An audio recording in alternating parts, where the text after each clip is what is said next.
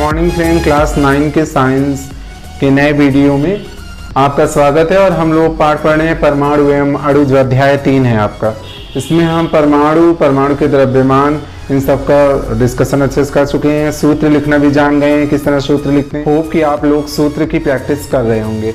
अब आगे हम आणविक द्रव्यमान की चर्चा करते हैं। अणु क्या होता है? परमाणुओं से मिलकर बना होता है।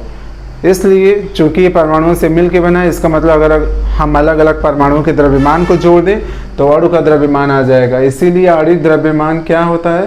संगठन में शामिल सभी परमाणु के द्रव्यमानों के योग को आणविक द्रव्यमान कहते हैं। ये इसकी परिभाषा हो गई। अब उदाहरण के द्वारा समझते हैं कुछ का आणविक द्रव्यमान निकाल के। जैसे अगर हम जल को लें और जल का आणविक द्रव्यमान हमें निकालना है, मॉलिक्यूलर मास इसको कहते हैं अंग्रेजी में, और परमाणु द्रव्यमान को एटॉमिक मास कहते हैं। तो किस तरह निकलेगा? H2O में 2 हाइड्रोजन परमाणु हैं तो 2 हाइड्रोजन परमाणु हैं तो 2 गुणे H परमाणु का द्रव्यमान, प्लस O 1 है तो 1 गुणे O का परमाणु द्रव्यमान। तो हम जानते हैं H का कितना होता है 1, तो 2 × 1 हो गया, प्लस 1 ऑक्सीजन है तो 1 × ऑक्सीजन का कितना होता है 16। तो इस तरह से हम इसको सॉल्व कर लेंगे। 2 + 16 ये आ जाएगा 18 यूनिट। इसी तरह एक एग्जांपल ले लेते हैं नाइट्रिक एसिड का, जिसमें H के 1 परमाणु है, N के 1 और ऑक्सीजन के 3, इसीलिए फार्मूला 1 × H 1 × N + 3 × O। तो H का होता है 1, तो 1 × 1 प्लस 1 × N का है 14। ये आपको लर्न करना पड़ेगा, मैंने बताया था कुछ का ही लर्न करना है। लर्न कर लीजिए, बार बार यूज करने से याद हो जाएगा। और 3 × 16 16 होता है ऑक्सीजन का। तो इस तरह 1 × 1 1 प्लस 1 × 14 14 और 16 × 3 कितना हो जाएगा 48। इस तरह हम ऐड कर लेते हैं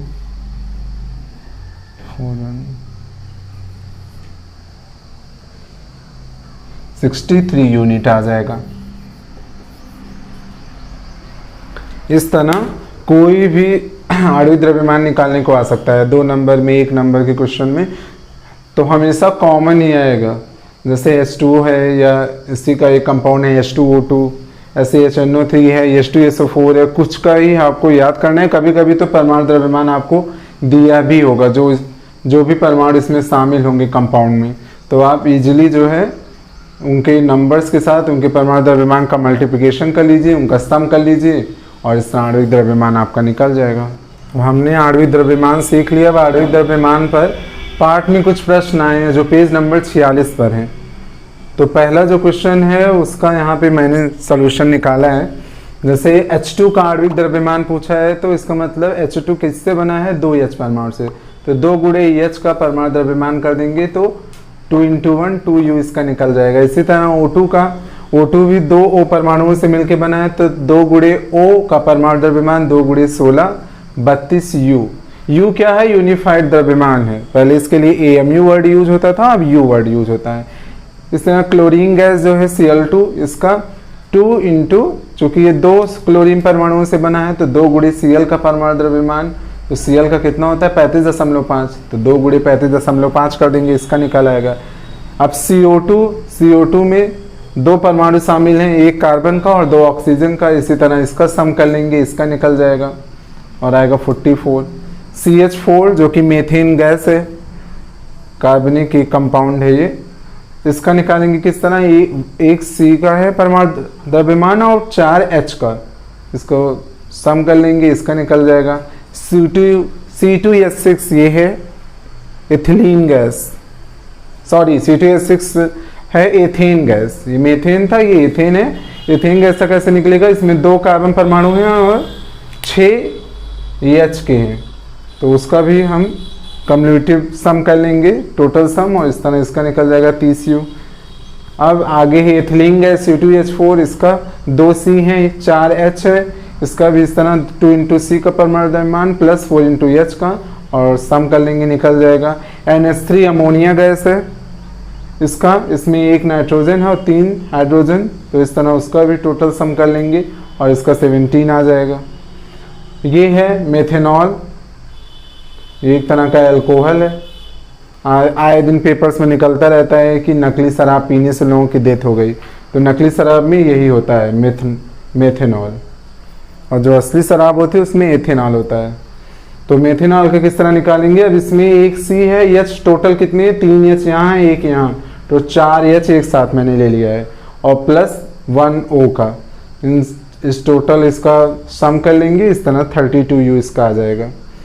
तो पहले क्वेश्चन में इतने कंपाउंड्स का आणविक द्रव्यमान पूछा था, और एक प्रश्न इसमें और है, उसमें इकाई सूत्र द्रव्यमान पूछा है। तो दोनों एक ही चीजें हैं, बड़े यौगिक के लिए हम इकाई सूत्र द्रव्यमान का इस्तेमाल करते हैं, और जो द्विपरमाणु हैं ज्यादातर या गैसें हैं उनके लिए हम आणविक द्रव्यमान शब्द का इस्तेमाल करते हैं। अब पार्ट में आए पेज नंबर 46 के दूसरे प्रश्न को देखते हैं। इसमें पहले कुछ डेटा दिया हुआ है, वो डेटा हम देख लेते हैं। जेडेन का एटॉमिक मास, सोडियम का, पोटेशियम का, कार्बन और ऑक्सीजन का दिया हुआ है, क्योंकि इसका यूटिलाइजेशन होगा। मैंने अभी बताया था कि एटॉमिक मास याद करना जरूरी भी है, और ये भी इम्पोर्टेंट है कि कुछ क्वेश्चन में ये दिया भी रहेगा लेकिन कुछ में नहीं दिया रहेगा, क्योंकि बहुत सारे ऐसे कॉमन एलिमेंट्स हैं जिनका आपको याद होना चाहिए, इसलिए आप इसे याद करेंगे साथ साथ। दिया है तो अच्छी बात है, नहीं दिया है तो हमें लर्न होना चाहिए। तो अब सबसे पहले JDNO मतलब जिंक ऑक्साइड का मॉलिक्यूलर मास मतलब आणविक द्रव्यमान निकालना है हमें। तो एक JDN का परमाणु है, इसमें एक O का, तो 1 into JDN 1 into O 1 into 65, क्योंकि JDN का एटॉमिक मास 65 दिया है, यहाँ रख देंगे, और O का 16 होता है। इस तरह इसको हम सॉल्व कर लेंगे, 81 U यूनिफाइड द्रव्यमान आएगा। ऐसे ही Na2O सोडियम ऑक्साइड है, इसमें 2 सोडियम परमाणु हैं, एक ऑक्सीजन, तो इसका भी 2 into Na plus 1 into O, और इस तरह गिवन डेटा से सोडियम का परमाणु द्रव्यमान 23 है, यहाँ रख देंगे। O का हम जानते हैं 16 होता है, इस तरह इसको सॉल्व कर लेंगे, 62 यूनिफाइड द्रव्यमान U आ जाएगा। K2CO3 ये क्या है? Potassium carbonate. आप लोग साथ साथ जो भी नाम मैं बताता जा रहा हूँ उसको लिखा भी कर लिया करिए, लिखने से आपको ये कहीं और रिपीट होगा तो लर्न रहेगा। तो पोटेशियम कार्बोनेट में 2 पोटेशियम के परमाणु हैं, 1 कार्बन के, 3 ऑक्सीजन के, तो इस तरह 2 into K plus 1 into C plus 3 into O, इसको सॉल्व कर लेंगे, 138 यूनिफाइड द्रव्यमान आ जाएगा। इस तरह कोई भी फार्मूला आए, अगर बहुत कॉम्प्लेक्स कंपाउंड दिया है तो हमेशा ये डाटा दिया रहेगा। इजी कंपाउंड्स हैं, हमारे डेली रूटीन या आसपास यूज होने वाले कंपाउंड्स हैं, तो ऐसे कंपाउंड में जो भी एलिमेंट होंगे उनका आपको लर्न होना चाहिए, जैसे हाइड्रोजन का, ऑक्सीजन का, नाइट्रोजन का, जिनके बारे में अक्सर हम न्यूज़पेपर्स में भी सुनते रहते हैं। तो इन सब का एटॉमिक मास आपको पहले से लर्न होना चाहिए। अब इस चैप्टर के हम लास्ट टॉपिक पे पहुंच गए हैं, जो कि है मोल। मोल की संकल्पना। हम सब जानते हैं हमारे डेली लाइफ में जो भी चीज़ें हम खरीदते हैं उन्हें किसी न किसी यूनिट में हमें लेना पड़ता है। जैसे कि अगर हम केले की बात करें तो हम उसे दर्जन में नापते हैं, तो दर्जन में हमने एक आधार माना है 12। उसी तरह ये जो मोल है उसका भी एक आधार है। सबसे पहले उस आधार को हमें माइंड में रखना है, और वो आधार क्या है? एवोगाड्रो नंबर है। एवोगाड्रो एक इतावली मतलब इटली के साइंटिस्ट थे, उन्होंने ये नंबर दिया था। एवोगाड्रो या एवोगाद्रो कुछ में है। ये संख्या आपको लर्न होनी चाहिए, जो कि ये 6.023 इंटू 10 की पावर 23 कण या परमाणु।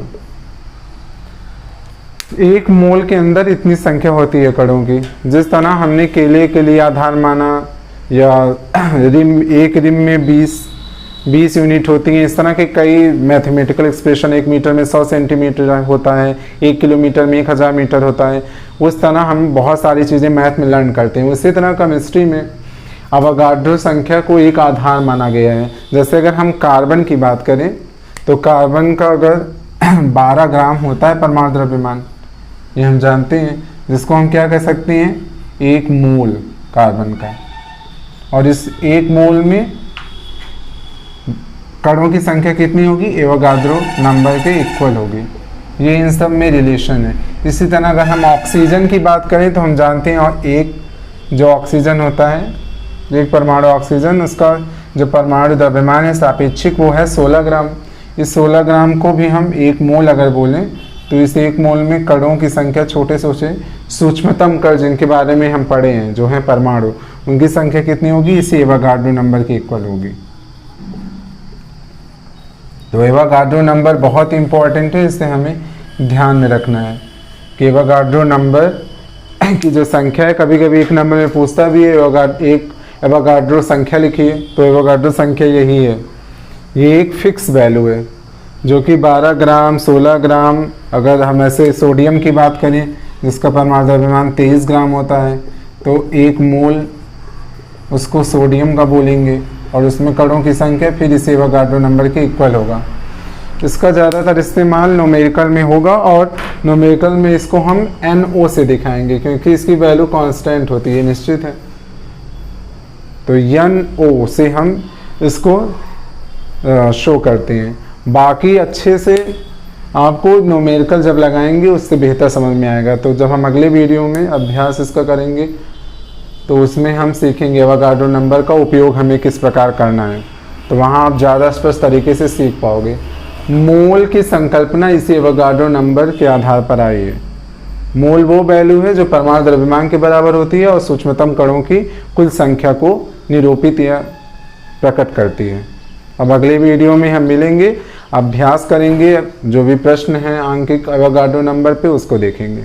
अब हम मोल पढ़ चुके हैं। मोल के ऊपर कुछ फार्मूले हैं आपके बुक में दिए हुए हैं, उसे देख लीजिए। उसी के आधार पर हम क्वेश्चन जो आए हैं उन्हें डिस्कस करेंगे।